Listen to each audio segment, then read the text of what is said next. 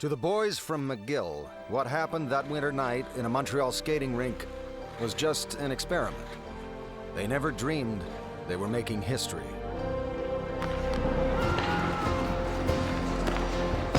But when the puck dropped, they gave the world its first official hockey match.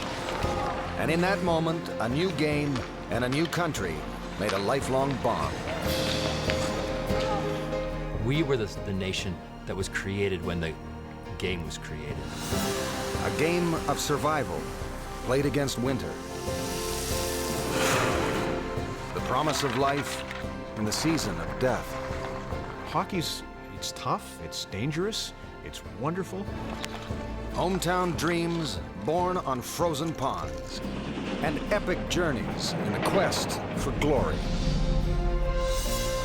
It's the story of miners and mill workers, and the winter stage where any man can be king. Of the struggles and triumphs of the women who fought for their place in the game. There was a time when I first started coaching hockey that the only person who was watching our game was the Zamboni driver. Hockey's story spans 2 centuries in a vast country coming of age. A story of hucksters and heroes, of victory and betrayal. A game that divides us and unites us like nothing else can. I don't know what it is about hockey. When people get into it, it's just in their blood.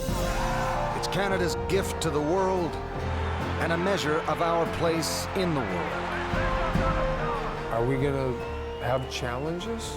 Absolutely. But nobody's gonna take away the fact that it's our game. That'll never be taken away. It's the game of our kids and the game of our lives. A game that tells the story of a nation.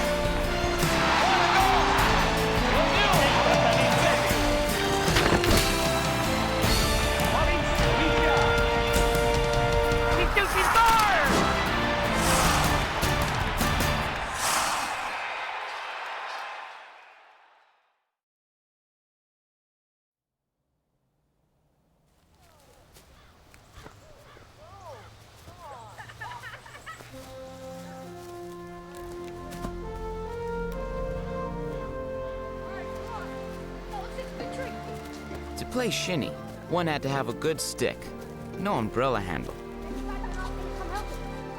So early in the fall, boys would go up the sides of the mountain to hunt for small trees growing on the steeper slopes. Those trees had roots that curved sharply into the bank, and when trimmed and dried, made ideal sticks with which to play the game.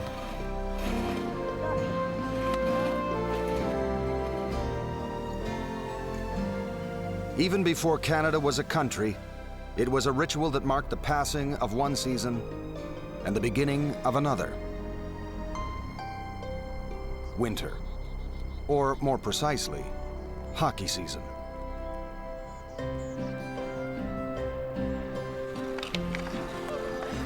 We took advantage of every opportunity. Holidays, and oftentimes after school, we were on the ice. It was skate, skate, skate as hard as you can go, take a rest, and go after that puck again until you're thoroughly exhausted. The strange thing is, winter's greatest sport was born in summer, under the hot sun of Egypt and Persia and Greece. When the Athenians built the Parthenon 2,500 years ago, one of the stone carvers, a sports fan, left a record of his passion. A marble relief shows 2 teams with crooked sticks and a ball waiting for the referee's signal. Except for the missing skates and the fact they're buck naked, you'd swear it was a center ice face-off. You know, as humans, we're players. I mean, that's what we do. I mean, we mess around. We, we see a rock and we kick it. And if you kick a rock, somebody else is going to kick it too.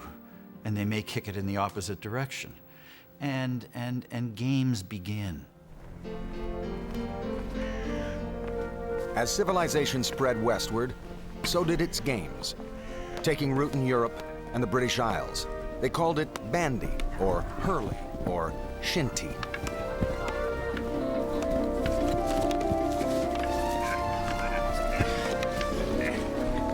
All stick and ball games, all hockey's ancestors.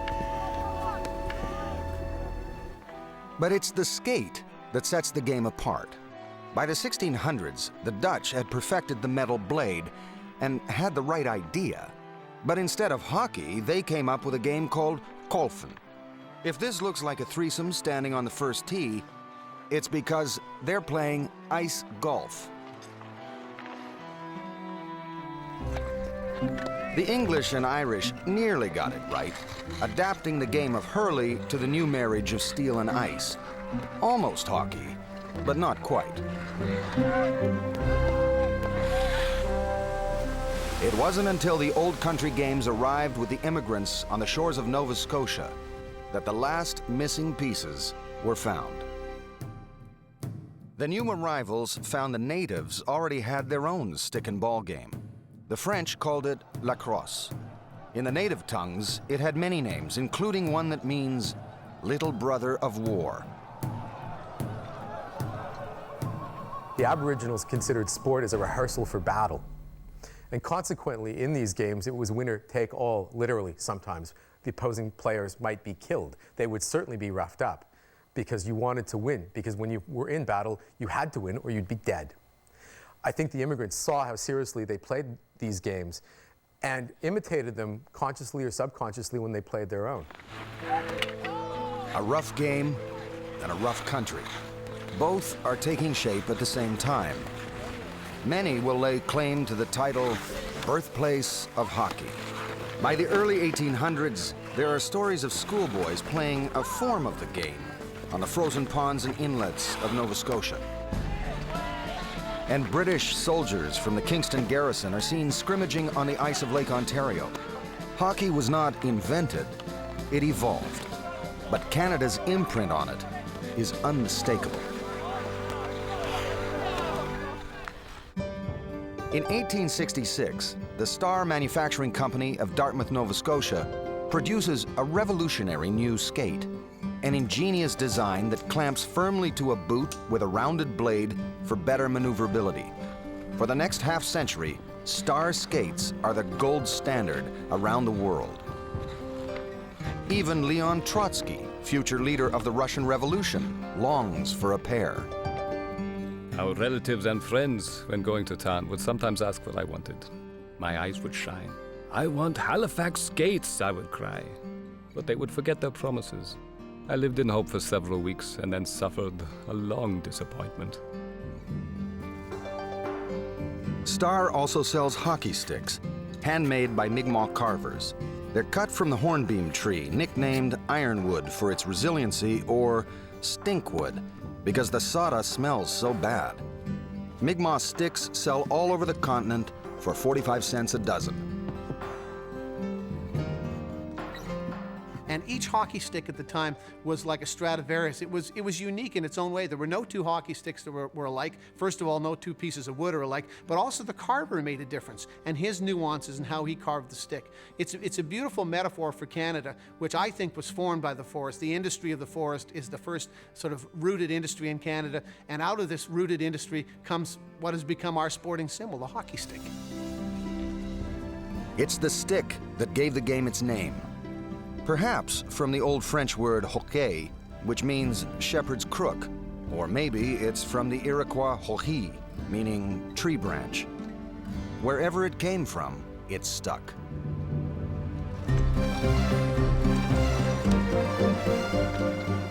The game in the mid-1800s is a wild, chaotic affair.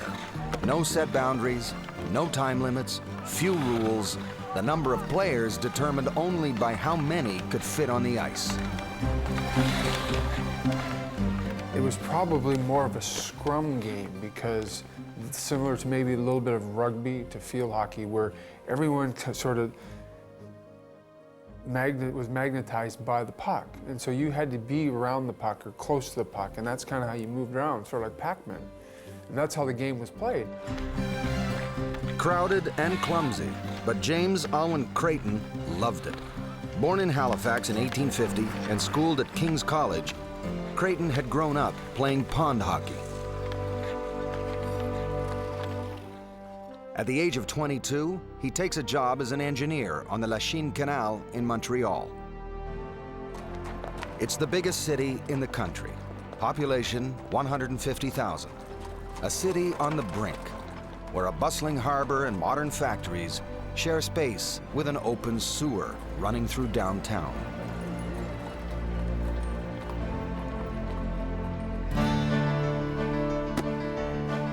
Creighton keeps up his skating and takes up rugby, playing for the McGill University Football Club. Their match against Harvard in 1874 is a turning point in the sporting history of North America. New Englanders see in rugby the seeds of a game they'll call football. But James Creighton sees another sport altogether.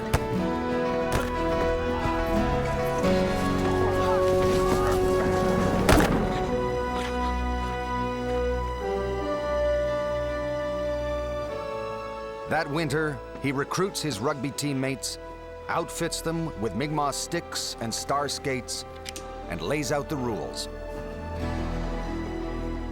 The game shall be commenced and renewed by a bully in the center of the ground. Charging from behind, tripping, collaring, kicking, or shinning shall not be allowed. No player shall raise his stick above his shoulder. When a player hits the ball, anyone of the same side... Then, on the night of March 3rd, 1875, Creighton books the Victoria skating rink for a couple of hours and invites a small audience. Hockey had moved indoors. And now, instead of the wide-open game played outside for the last 75 years, it has boundaries, squeezed into a space roughly the size of a gladiator ring.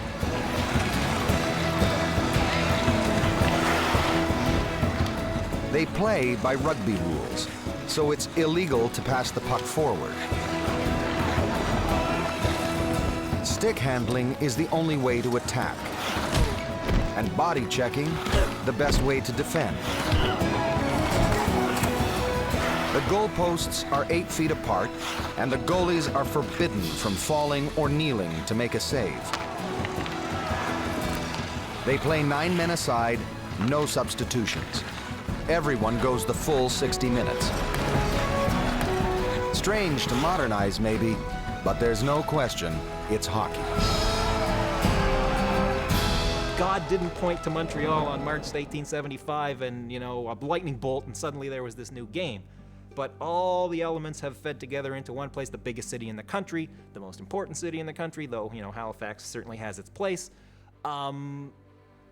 Everything just mushrooms and explodes from there. I mean, there's no getting around that. Whether you want to say that's the first game or not, it's where the game changes. The score is 2-1, partway through the second half, when the trouble starts. A few members of the skating club had seen enough and wanted their ice back. So the first official hockey game in history is called early because of a fight. Even so young, the game had demonstrated a potent capacity to inflame passions like no other.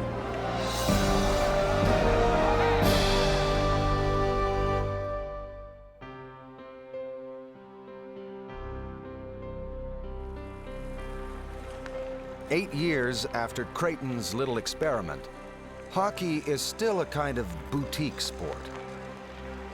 The pastime of an exclusive little club of English Montreal gentlemen, most of whom had learned the game at McGill University.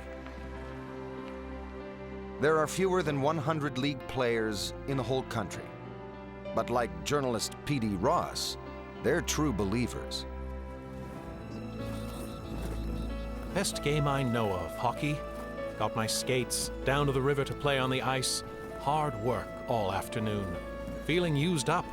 Too much exercising between hockey and dancing. Determined to quit dancing.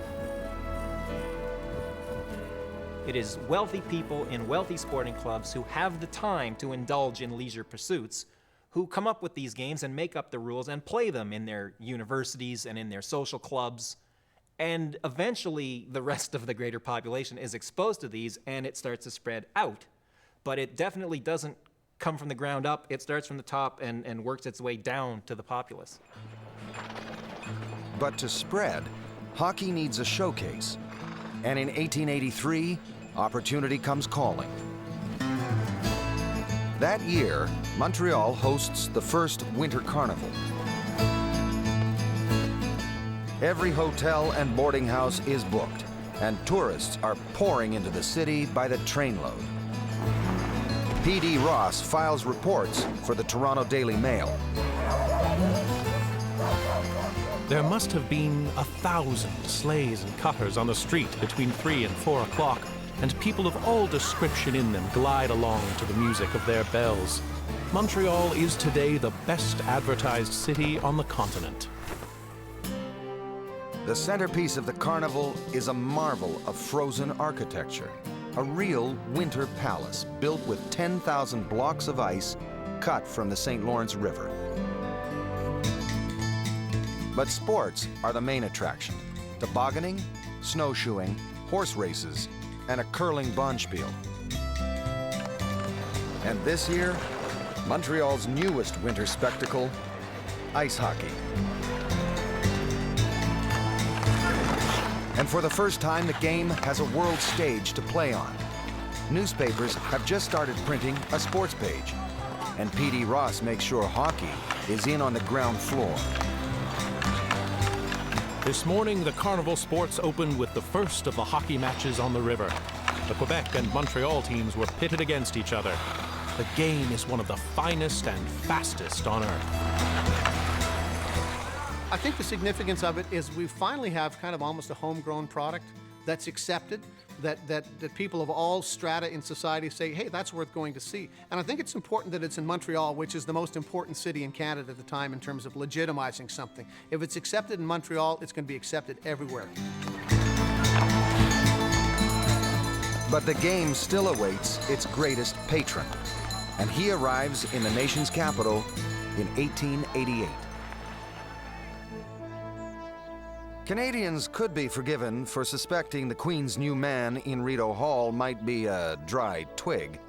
He wears a title as long and intimidating as a Quebec winter.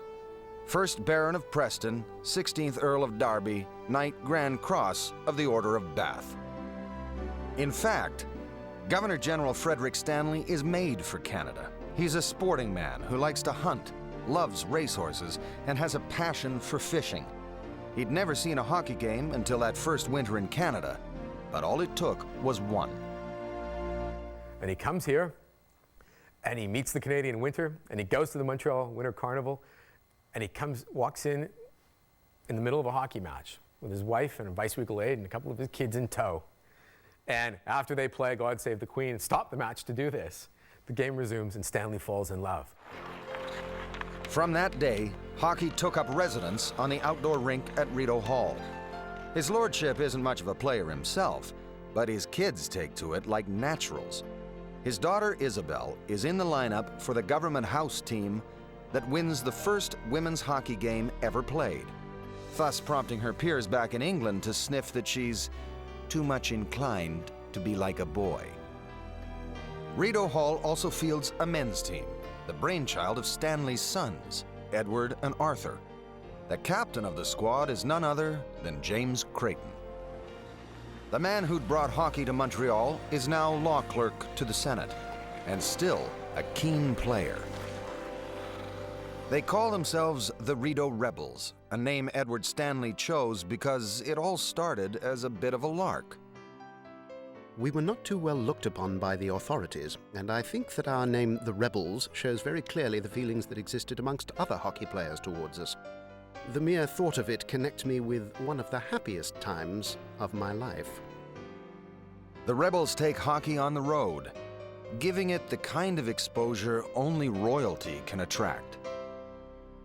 They'd take Lord Stanley's private rail car and they'd go into Ontario and play matches, along with James Creighton, who was also on the team. It's an extraordinary collection of individuals.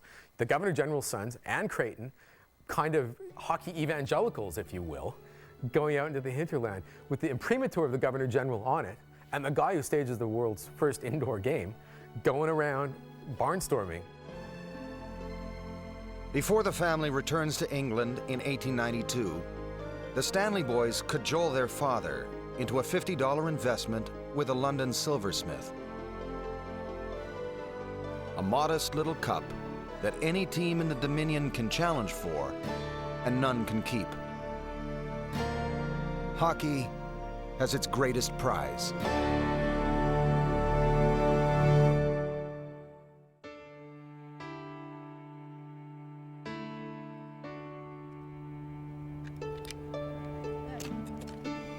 When I was growing up, we lived hockey. Hockey on the creeks, hockey on the ponds, hockey on the rivers, hockey on the road if necessary. We just moved from one kind of rink to another. Perpetual motion. In 1895, you can buy a pair of Star skates by mail order for $1 and a one-piece Mi'kmaq stick for 25 cents. Hockey is bursting out all over the country.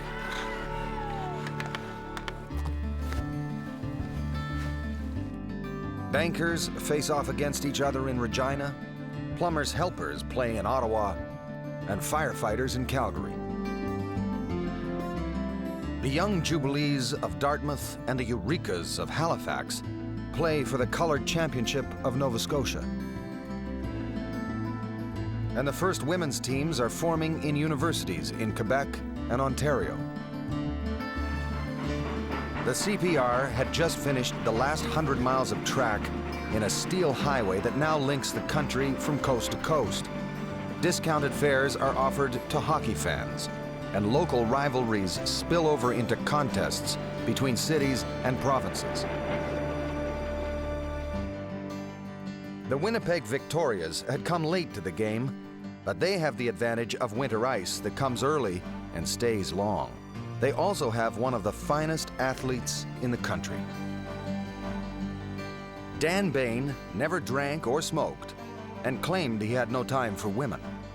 Dan Bain collected championships. He won his first at the age of 13 in roller skating, and they just kept coming. Gymnastics, lacrosse, the pair's figure skating crown, 3 consecutive cycling championships. Dan Bain could win at anything. I couldn't see any sense in participating in a game unless I was good. I kept it a sport just long enough to nab a championship, and then I'd try something else. In 1895, that something else is hockey. Bain answers a help wanted ad inviting tryouts and wins a spot on the Winnipeg team. By now, the championship is in its 3rd year, and Montreal teams have won the silverware every time. The Montreal Victorias are considered unbeatable. But in February 1896, the Winnipeggers head east to challenge for the Cup, with a Manitoba Free Press reporter in tow. Out from the west go 7 of the prairie capital's most stalwart sons to do battle.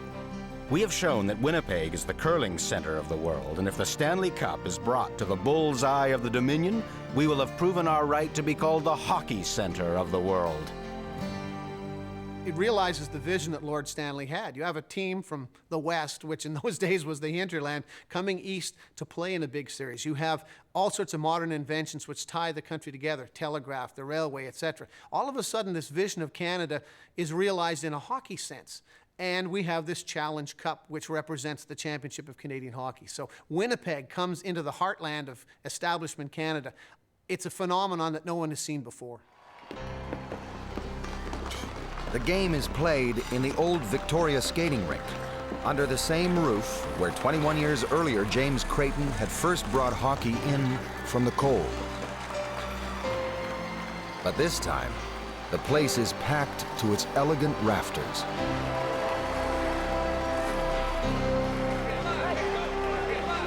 The Winnipeggers skate out in scarlet sweaters and blazoned with a gold bison. Their goalie, Cecil Merritt, sports a pair of white cricket pads, an innovation born of necessity since his teammates had perfected a wicked wrist shot.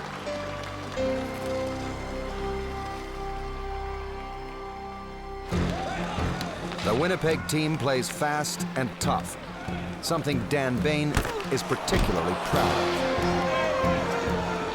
It was play 30 minutes, rest 10, then play another half hour, and with no substitutions. When we passed, the puck never left the ice. And if a wingman wasn't there to receive it, it was because he had a broken leg.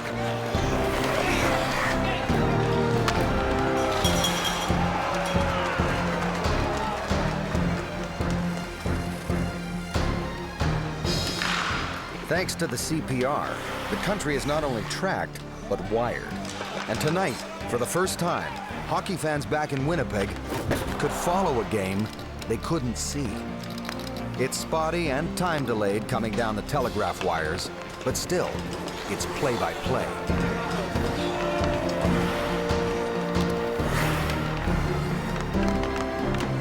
This night, Dan Bain leads the team in penalty minutes and gets an assist on the winning goal late in the second half.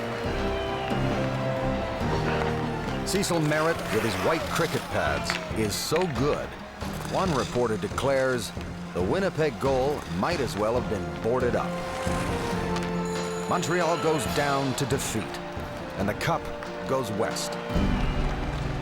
The Manitoba Free Press gloats that the fans who'd bet on Winnipeg cleaned the place out. Montreal tonight is clothed in sackcloth and ashes, and the sports have gone to sleepless beds with empty pocketbooks. The Peg contingent, on the other hand, have enough money to start a private bank. No less than 2,000 cold plonkers went down into the jeans of the Winnipeg supporters. The newspaper also reports that the Stanley Cup holds exactly 2 gallons of beer, thus noting the birth of another fine hockey tradition. When the heroes come home, Winnipeg puts on Canada's first Stanley Cup parade in horse-drawn carriages down Main Street. The idea of the West is now made real, not only to Montreal hockey players, but to an audience. There is civilization out there. Not only that, but it's bringing us things now. And of course, with the opening of the railway, the West becomes even more attractive. These guys are metaphoric for the idea of the West, where you move west and you reinvent yourself. Well, in many ways, they've reinvented hockey. But Montreal would be back stronger than ever. And by now, the first French-Canadian players are coming into the game. They're of the privileged class, men like Louis Hurtubise, the son of a wealthy financier, and Théophile Viau, whose father made a fortune in the bakery business. They'd learned the game in the schoolyards of the classical colleges, taught by the Irish and groomed by the Catholic brothers. It's a route future stars will follow for decades to come. Well, first of all, I always had the feeling that the brothers themselves, some of them were pretty good hockey players. It gave us the occasion as a group of youngsters to play together, to experience what it is to work inside of a group, inside of a team. And that's where we started. In 1902, Viau and Hurtubise are called up by the Montreal Shamrocks. They're the first French Canadians to play at the highest level of the game. And it's big news in Quebec. I mean, the Francophone community has wanted for years to have this happen, especially the Francophone press, who see this not only, I see this as a nationalist matter, for the honor of the nation. Hockey culture has taken hold in French Canada. Now, all over the country, new players and new teams are appearing. Lord Stanley's trophy had worked its magic. The competition for it unites the country in a national pursuit. hockey had become Canada's game.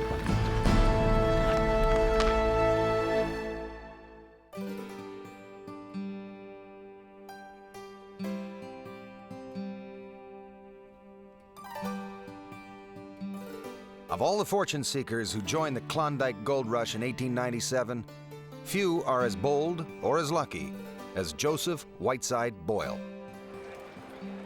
By the time he treks into Dawson City, the place is crawling with every hustler, whore, and dreamer west of Winnipeg.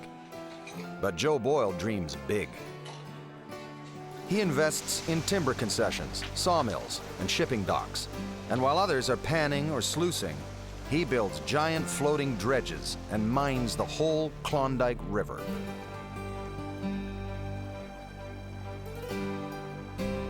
In 1900, the Yukon gives up $22 million worth of gold. And Boyle gets a good chunk of it, fashioning a stick pin from his first gold nugget.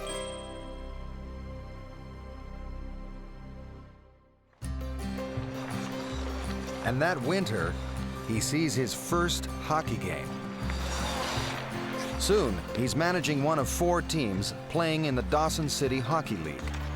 It's a hodgepodge of civil servants, Mounties, and miners.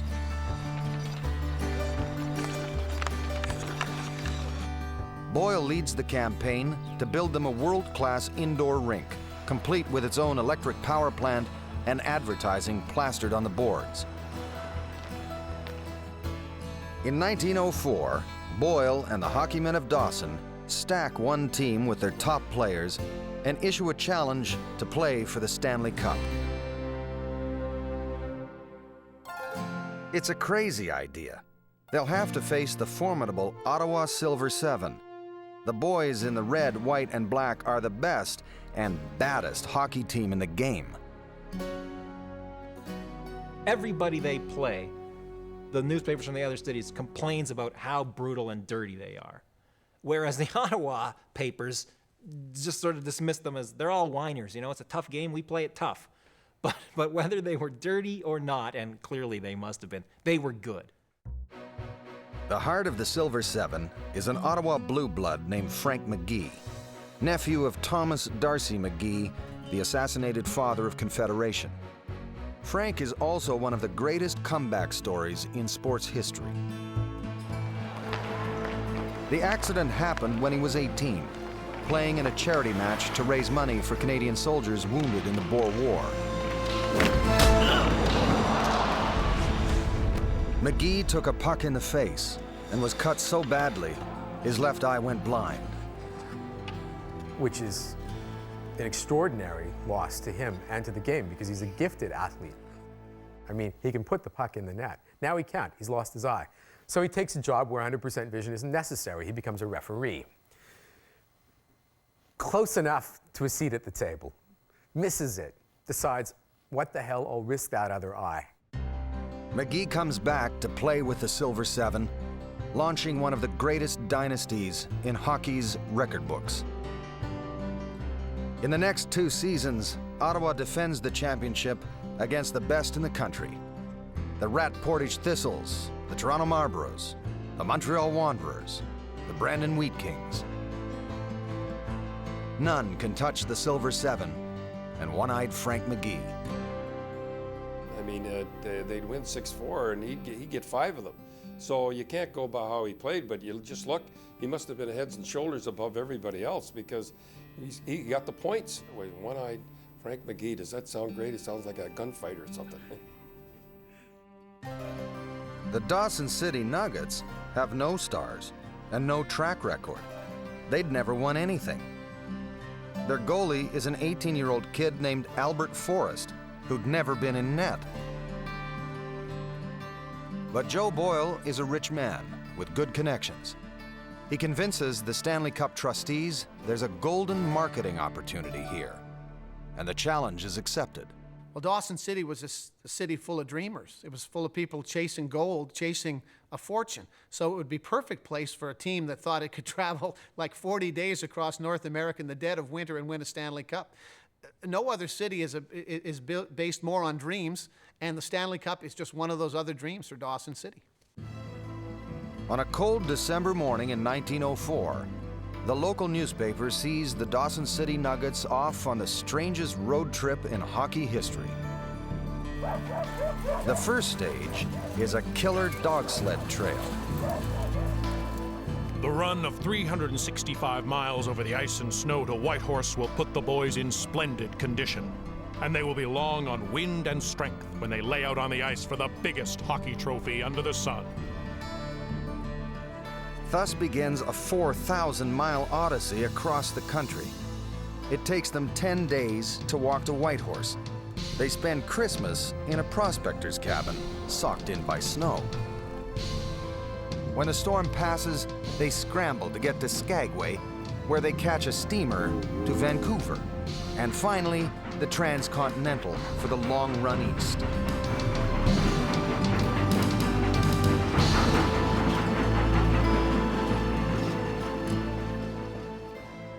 Ottawa, January 11th, 1905, special to the Gazette. The Dawson hockey team arrived in Ottawa. By the time they pull into town, the Nuggets are national celebrities. They average about 160 pounds in weight and are a rugged-looking lot, apparently fit to rough it up to any degree if necessary. Rugged and wrung out. Joe Boyle pleads for a postponement until his boys can recover, but Ottawa refuses, and they're forced to play the first match of the series 48 hours later.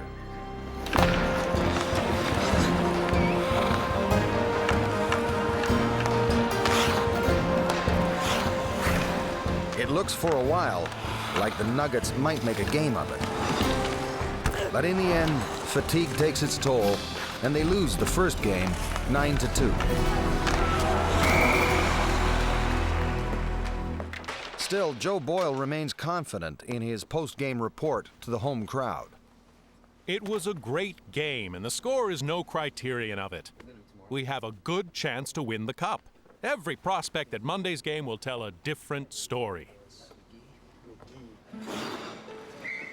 The next day, one of the Nuggets even suggests that the great Frank McGee, who'd only scored once, didn't look that hot. Big mistake.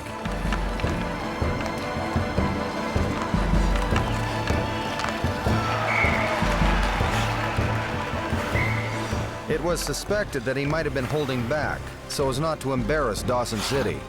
Now, there would be no quarter.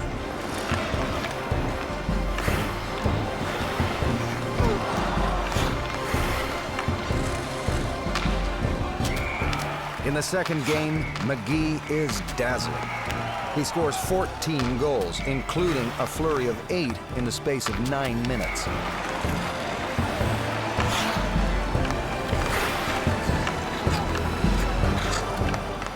The final score is a humiliating 23-2. The Ottawa newspaper complains that the fans who'd bought tickets were duped. The Dawson City crew is the worst consignment of hockey junk ever to come over the metals of the CPR. The visitors couldn't shoot, couldn't skate. Dawson never had the chance of a bun in the hands of a hungry boy. Only the teenage goalie, Albert Forrest, is spared. But for him, one reporter declares, the score might have been doubled. Still, Dawson City has its name etched on Stanley's Cup, though the Nuggets never get to drink from it. It's a story that defines what the Stanley Cup was. It was a challenge cup. And you could challenge for it from anywhere. And what better anywhere, than Dawson City? I mean, that's about as anywhere as there is in the country. I mean, it didn't matter that they got wiped out, when the games began, but just a perfectly emblematic story. But the next year, the Cup trustees tightened the rules to shut out unproven challengers. Never again would a team like the Dawson City Nuggets get a shot at the title.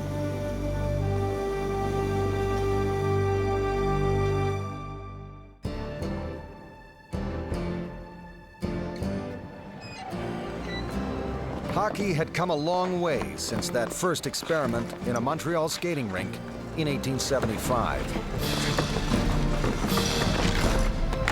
30 years on, the game is faster, more exciting, and a lot rougher. From its genteel roots, hockey has grown into a full-blooded and violent sport. Brawls are frequent, and the stick work so brutal that in 1904 alone, 4 players were killed during hockey games. Utah, I think the hockey's tough. The 70s, you should have seen it then. It was a lot tougher and more violent back in then than it is now. So everybody says, oh, this isn't hockey. It was whoa, whoa. That's the way hockey was back then. You better look out if you couldn't be faint-hearted playing back then. But the violence only seems to add to the popularity of the game. Big matches now draw more than 5,000 paying customers. It was starting to become a business, starting to become something where people realized, actually, people want to watch this thing.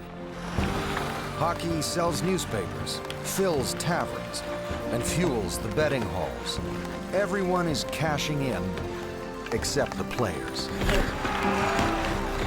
Players see this happening, that money's changing hands all around them, including even in sports betting.